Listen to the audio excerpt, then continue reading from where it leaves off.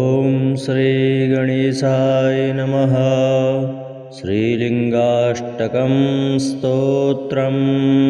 ब्रह्ममुरारिसुरार्चितलिङ्गं निर्मलभाषितशोभितलिङ्गं जन्मजदुःखविनाशकलिङ्गं तत्प्रणमामि सदाशिवलिङ्गं। देवमुनिप्रवरार्चितलिङ्गं कामदहं करुणाकरलिङ्गं रावणदर्पविनाशनलिङ्गं तत्प्रणमामि सदाशिवलिङ्गं। सर्वसुगन्धिषुलेपितलिङ्गं बुद्धिविवर्धनकारणलिङ्गं सिद्धसुरासुरवन्दितलिङ्गं तत्प्रणमामि सदाशिवलिङ्गं। कनकमहामणिभूषितलिङ्गं फणिपतिवेष्टितशोभितलिङ्गं दक्षसुयज्ञविनाशनलिङ्गं तत्प्रणमामि सदाशिवलिङ्गं। कुम्कुमचन्दनलेपितलिङ्गं पङ्कजहारसुशोभितलिङ्गं सञ्चित्तपापविनाशनलिङ्गं तत्प्रणमामि सदाशिवलिङ्गं। देवगणार्चितसेवितलिङ्गं भावैर्भक्तिभिरेव च लिङ्गं दिनकरकोटिप्रभाकरलिङ्गं तत्प्रणमामि सदाशिवलिङ्गम्। अष्टदलोपरिवेष्टितलिङ्गं सर्वसमुद्भवकारणलिङ्गम् अष्टदरिद्रविनाशनलिङ्गं तत्प्रणमामि सदाशिवलिङ्गं। सुरगुरुसुरवरपूजितलिङ्गं सुरवनपुष्पसदार्चितलिङ्गं परात्परं परमात्मकलिङ्गं तत्प्रणमामि सदाशिवलिङ्गं। लिङ्गाष्टकमिदं पुण्यं या पठेत् शिवसन्निधौ शिवलोकमवाप्नोति शिवेन सह मोदते।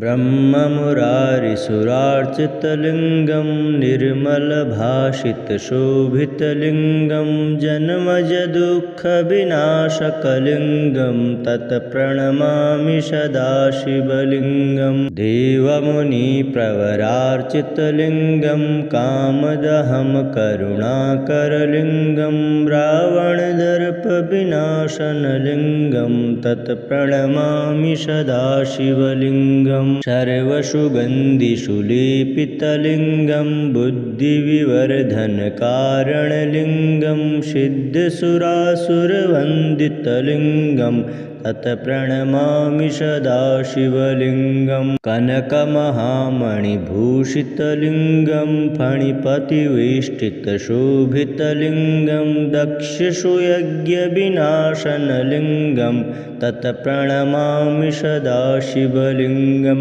कुम्कुमचन्दनलेपितलिङ्गं पङ्कजहारसुशोभितलिङ्गं सञ्चित्तपापविनाशनलिङ्गं तत्प्रणमामि सदाशिवलिङ्गं। देवगणार्चितसेवितलिङ्गं भावैर्भक्तिभिरेव च लिङ्गं दिनकरकोटिप्रभाकरलिङ्गं तत्प्रणमामि सदाशिवलिङ्गम्। अष्टदलोपरिवेष्टितलिङ्गं सर्वसमुद्भवकारणलिङ्गं अष्टदरिद्रविनाशनलिङ्गं तत्प्रणमामि सदाशिवलिङ्गं। सुरगुरुसुरवरपूजितलिङ्गं सुरवनपुष्पसदार्चितलिङ्गं परात्परं परमात्मकलिङ्गं तत्प्रणमामि सदाशिवलिङ्गं। लिङ्गाष्टकमिदं पुण्यं या पठेत् शिवसन्निधौ शिवलोकमवाप्नोति शिवेन सह मोदते। ब्रह्ममुरारिसुरार्चितलिङ्गं निर्मलभाषितशोभितलिङ्गं जन्मजदुःखविनाशकलिङ्गं तत्प्रणमामि सदाशिवलिङ्गं। देवमुनिप्रवरार्चितलिङ्गं कामदहं करुणाकरलिङ्गं रावणदर्पविनाशनलिङ्गं तत् प्रणमामि सदाशिवलिङ्गं सर्वसुगन्धिषु लेपितलिङ्गं बुद्धिविवर्धनकारणलिङ्गं सिद्धसुरासुरवन्दितलिङ्गं तत्प्रणमामि सदाशिवलिङ्गं कनकमहामणिभूषितलिङ्गं फणिपतिवेष्टितशोभितलिङ्गं दक्षसुयज्ञविनाशनलिङ्गं तत्प्रणमामि सदाशिवलिङ्गं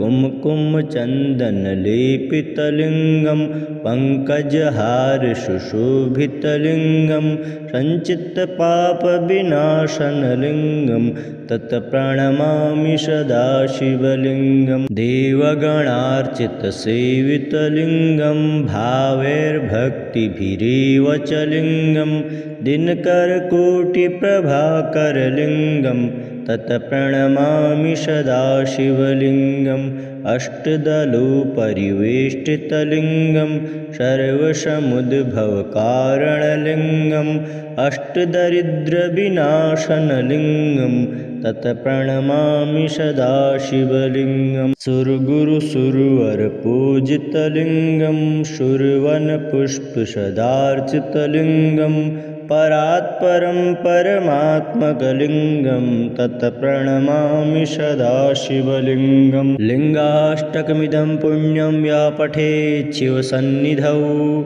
शिवलोकमवाप्नोति शिवेन सह मोदते ब्रह्ममुरारिसुरार्चितलिङ्गं निर्मलभाषितशोभितलिङ्गं जन्मजदुःखविनाशकलिङ्गं तत्प्रणमामि सदाशिवलिङ्गं देवमुनिप्रवरार्चितलिङ्गं कामदहं करुणाकरलिङ्गं रावणदर्पविनाशनलिङ्गं तत्प्रणमामि सदाशिवलिङ्गं सर्वसुगन्धिषु लेपितलिङ्गं बुद्धिविवर्धनकारणलिङ्गं सिद्धसुरासुरवन्दितलिङ्गं तत्प्रणमामि सदाशिवलिङ्गं कनकमहामणिभूषितलिङ्गं फणिपतिवेष्टितशोभितलिङ्गं दक्षसुयज्ञविनाशनलिङ्गं तत्प्रणमामि सदाशिवलिङ्गं कुम्कुमचन्दनलेपितलिङ्गं पङ्कजहारसुशोभितलिङ्गं सञ्चित्तपापविनाशनलिङ्गं तत्प्रणमामि सदाशिवलिङ्गं देवगणार्चितसेवितलिङ्गं भावैर्भक्तिभिरेव च लिङ्गं दिनकरकोटिप्रभाकरलिङ्गं तत्प्रणमामि सदाशिवलिङ्गम् अष्टदलोपरिवेष्टितलिङ्गं सर्वसमुद्भवकारणलिङ्गम् अष्टदरिद्रविनाशनलिङ्गं तत्प्रणमामि सदाशिवलिङ्गं सुरगुरुसुरवरपूजितलिङ्गं सुरवनपुष्पसदार्चितलिङ्गं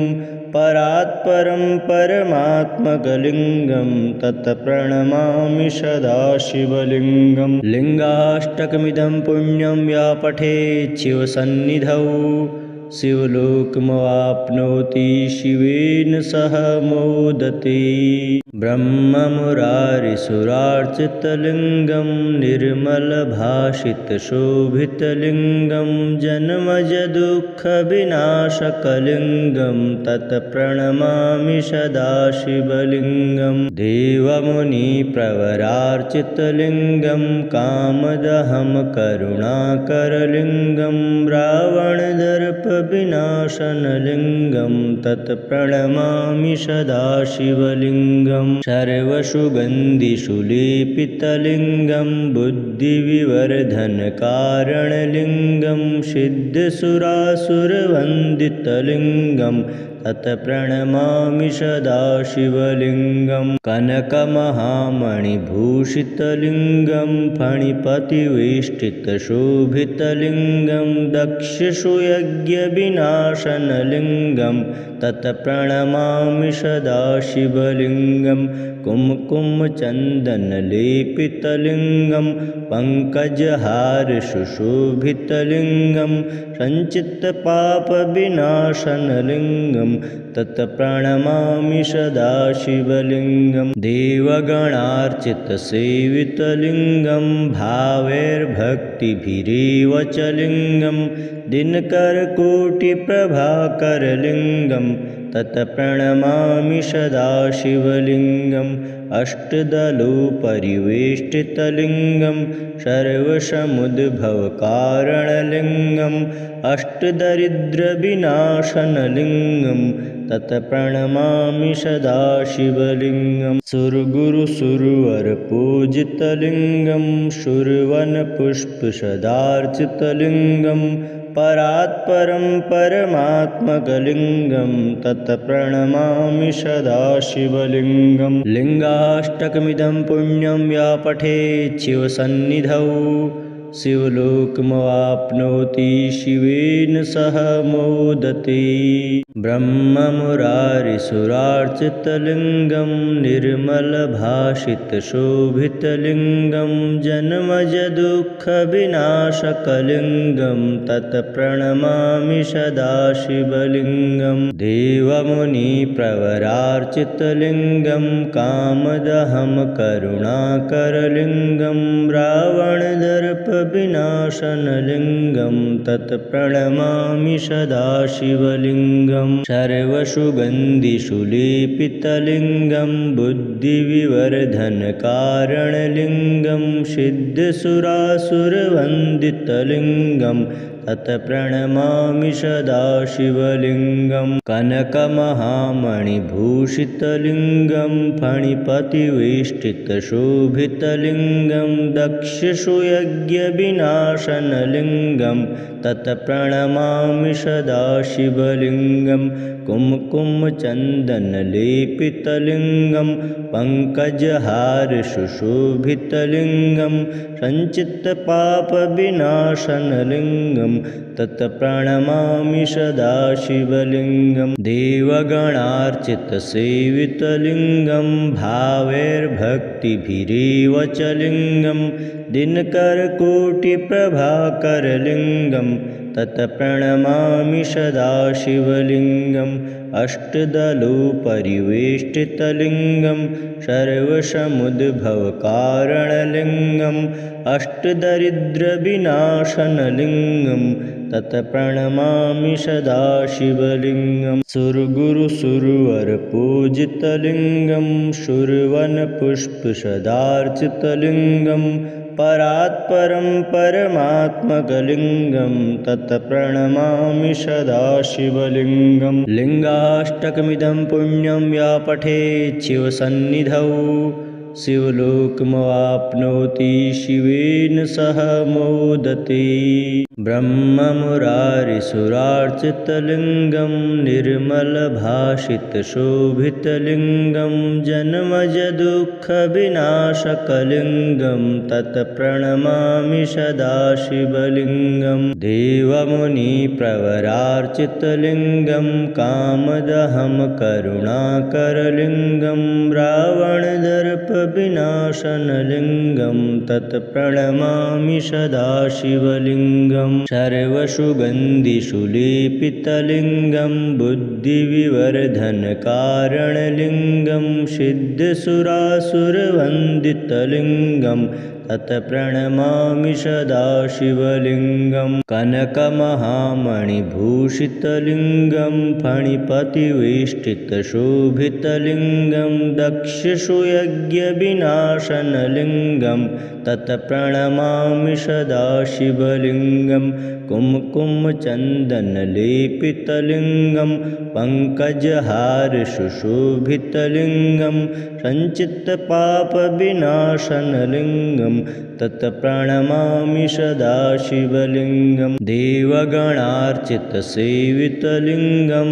भावैर्भक्तिभिरेव च लिङ्गं दिनकरकोटिप्रभाकरलिङ्गं तत्प्रणमामि सदाशिवलिङ्गम् अष्टदलोपरिवेष्टितलिङ्गं सर्वसमुद्भवकारणलिङ्गम् अष्टदरिद्रविनाशनलिङ्गं तत्प्रणमामि सदाशिवलिङ्गं सुरगुरुसुरवरपूजितलिङ्गं शूरवनपुष्पसदार्चितलिङ्गं परात्परं परमात्मकलिङ्गं तत्प्रणमामि सदाशिवलिङ्गं लिङ्गाष्टकमिदं पुण्यं या पठेत् शिवसन्निधौ शिवलोकमवाप्नोति शिवेन सह मोदते ब्रह्ममुरारिसुरार्चितलिङ्गं निर्मलभाषितशोभितलिङ्गं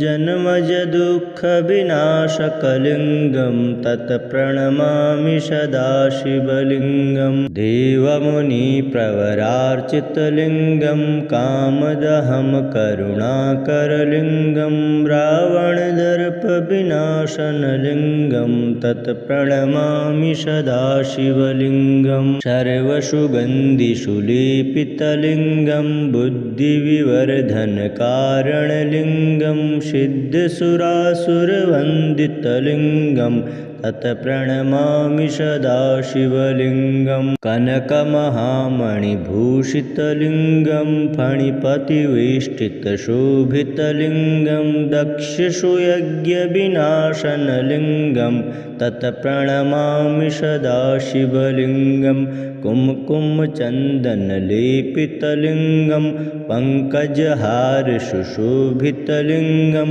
सञ्चित्तपापविनाशनलिङ्गं तत्प्रणमामि सदाशिवलिङ्गं देवगणार्चितसेवितलिङ्गं भावैर्भक्तिभिरेव च लिङ्गं दिनकरकोटिप्रभाकरलिङ्गं तत्प्रणमामि सदाशिवलिङ्गम् अष्टदलोपरिवेष्टितलिङ्गं सर्वसमुद्भवकारणलिङ्गम् अष्टदरिद्रविनाशनलिङ्गं तत्प्रणमामि सदाशिवलिङ्गं सुरगुरुसुरवरपूजितलिङ्गं शूरवनपुष्पसदार्चितलिङ्गं परात्परं परमात्मकलिङ्गं तत्प्रणमामि सदाशिवलिङ्गं लिङ्गाष्टकमिदं पुण्यं या पठेत् शिवसन्निधौ शिवलोकमवाप्नोति शिवेन सह मोदते ब्रह्ममुरारिसुरार्चितलिङ्गं निर्मलभाषितशोभितलिङ्गं जन्मजदुःखविनाशकलिङ्गं तत्प्रणमामि सदाशिवलिङ्गं देवमुनिप्रवरार्चितलिङ्गं कामदहं करुणाकरलिङ्गं रावणदर्पविनाशनलिङ्गं तत्प्रणमामि सदाशिवलिङ्गं सर्वसुगन्धिषुलेपितलिङ्गं बुद्धिविवर्धनकारणलिङ्गं सिद्धसुरासुरवन्दितलिङ्गं तत्प्रणमामि सदाशिवलिङ्गं कनकमहामणिभूषितलिङ्गं फणिपतिवेष्टितशोभितलिङ्गं दक्षसुयज्ञविनाशनलिङ्गं तत्प्रणमामि सदाशिवलिङ्गं कुम्कुमचन्दनलेपितलिङ्गं पङ्कजहारसुशोभितलिङ्गं सञ्चित्तपापविनाशनलिङ्गं तत्प्रणमामि सदाशिवलिङ्गं देवगणार्चितसेवितलिङ्गं भावैर्भक्तिभिरेव च लिङ्गं दिनकरकोटिप्रभाकरलिङ्गं तत्प्रणमामि सदाशिवलिङ्गम् अष्टदलोपरिवेष्टितलिङ्गं सर्वसमुद्भवकारणलिङ्गम् अष्टदरिद्रविनाशनलिङ्गं तत्प्रणमामि सदाशिवलिङ्गं सुरगुरुसुरवरपूजितलिङ्गं शूरवनपुष्पसदार्चितलिङ्गं परात्परं परमात्मकलिङ्गं तत्प्रणमामि सदाशिवलिङ्गं लिङ्गाष्टकमिदं पुण्यं या पठेत् शिवसन्निधौ शिवलोकमवाप्नोति शिवेन सह मोदते।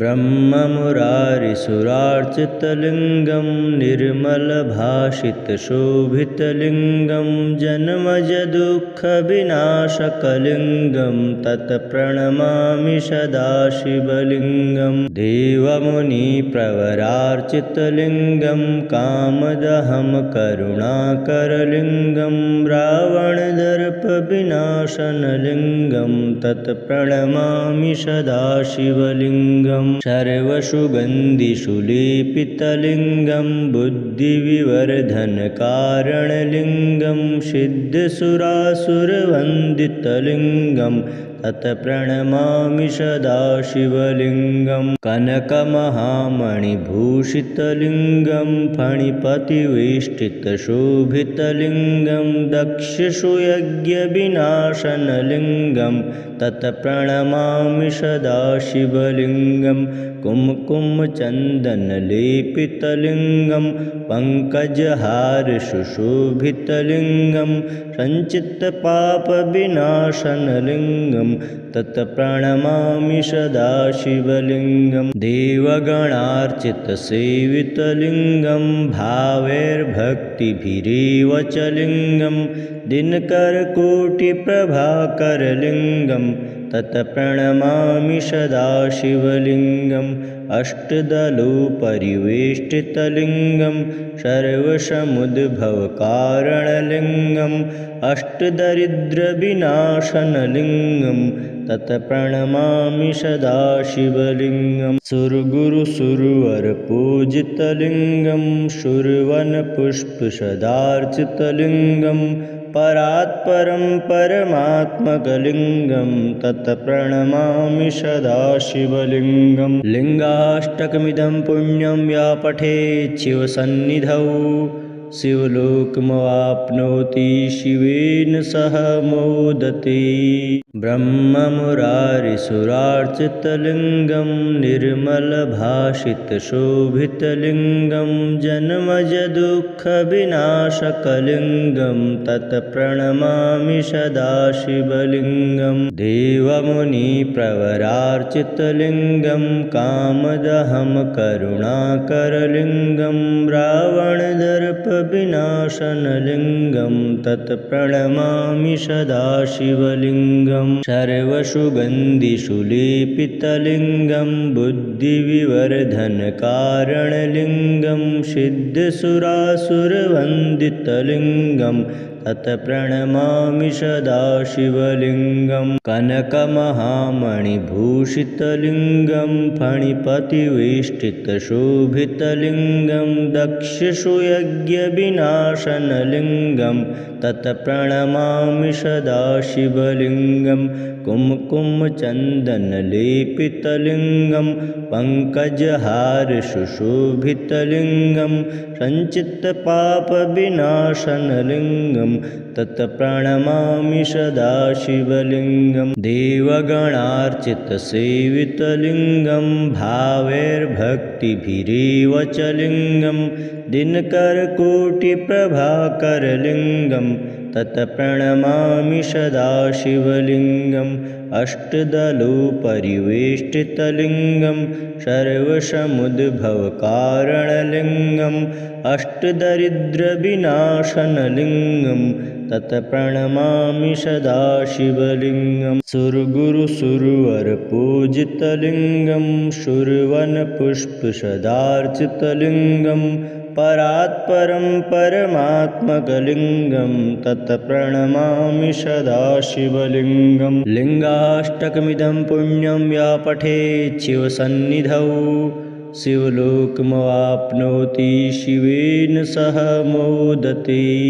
ब्रह्ममुरारिसुरार्चितलिङ्गं निर्मलभाषितशोभितलिङ्गं जन्मजदुःखविनाशकलिङ्गं तत्प्रणमामि सदाशिवलिङ्गं। देवमुनिप्रवरार्चितलिङ्गं कामदहं करुणाकरलिङ्गं रावणदर्प प्राणदर्पविनाशनलिङ्गं तत्प्रणमामि सदाशिवलिङ्गं सर्वसुगन्धिषुलेपितलिङ्गं बुद्धिविवर्धनकारणलिङ्गं सिद्धसुरासुरवन्दितलिङ्गं तत्प्रणमामि सदाशिवलिङ्गं कनकमहामणिभूषितलिङ्गं फणिपतिवेष्टितशोभितलिङ्गं दक्षसुयज्ञविनाशनलिङ्गं तत्प्रणमामि सदाशिवलिङ्गं कुम्कुमचन्दनलेपितलिङ्गं पङ्कजहारसुशोभितलिङ्गं सञ्चित्तपापविनाशनलिङ्गं तत्प्रणमामि सदाशिवलिङ्गं देवगणार्चितसेवितलिङ्गं भावैर्भक्तिभिरेव च लिङ्गं दिनकरकोटिप्रभाकरलिङ्गं तत्प्रणमामि सदाशिवलिङ्गम् अष्टदलोपरिवेष्टितलिङ्गं सर्वसमुद्भवकारणलिङ्गम् अष्टदरिद्रविनाशनलिङ्गं तत्प्रणमामि सदाशिवलिङ्गं सुरगुरुसुरवरपूजितलिङ्गं सुरवनपुष्पसदार्चितलिङ्गं परात्परं परमात्मकलिङ्गं तत्प्रणमामि सदाशिवलिङ्गं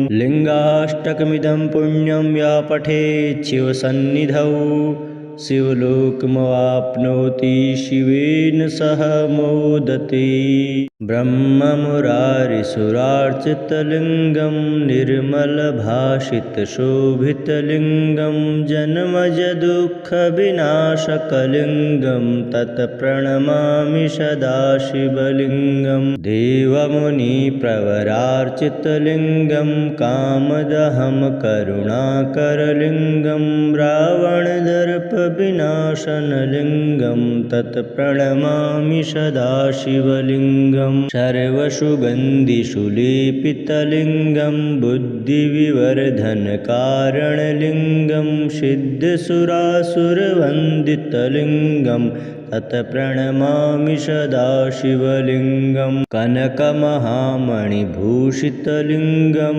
फणिपतिवेष्टितशोभितलिङ्गं दक्षसुयज्ञविनाशनलिङ्गं तत्प्रणमामि सदाशिवलिङ्गं कुम्कुमचन्दनलेपितलिङ्गं पङ्कजहारसुशोभितलिङ्गं सञ्चित्तपापविनाशनलिङ्गं तत्प्रणमामि सदाशिवलिङ्गं देवगणार्चितसेवितलिङ्गं भावैर्भक्तिभिरेव च लिङ्गं दिनकरकोटिप्रभाकरलिङ्गं तत्प्रणमामि सदाशिवलिङ्गम् अष्टदलोपरिवेष्टितलिङ्गं सर्वसमुद्भवकारणलिङ्गम् अष्टदरिद्रविनाशनलिङ्गं तत्प्रणमामि सदाशिवलिङ्गं सुरगुरुसुरवरपूजितलिङ्गं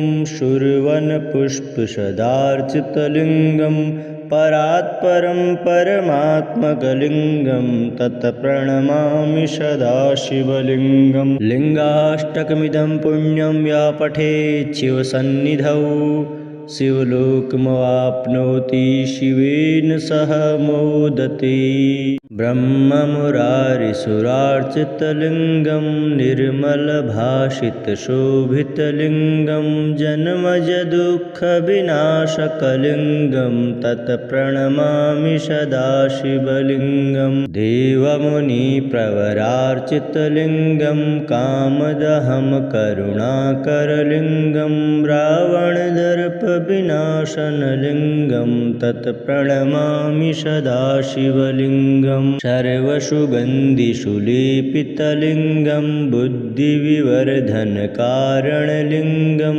सिद्धसुरासुरवन्दितलिङ्गं तत् प्रणमामि सदा शिवलिङ्गं कनकमहामणिभूषितलिङ्गं फणिपतिवेष्टितशोभितलिङ्गं दक्षसुयज्ञविनाशनलिङ्गं तत् प्रणमामि सदा शिवलिङ्गं कुम्कुमचन्दनलेपितलिङ्गं पङ्कजहारसुशोभितलिङ्गं सञ्चित्तपापविनाशनलिङ्गं तत् प्रणमामि सदा शिवलिङ्गं देवगणार्चितसेवितलिङ्गं भावैर्भक्तिभिरेव च लिङ्गं दिनकरकोटिप्रभाकरलिङ्गं तत् प्रणमामि सदा शिवलिङ्गम् अष्टदलोपरिवेष्टितलिङ्गं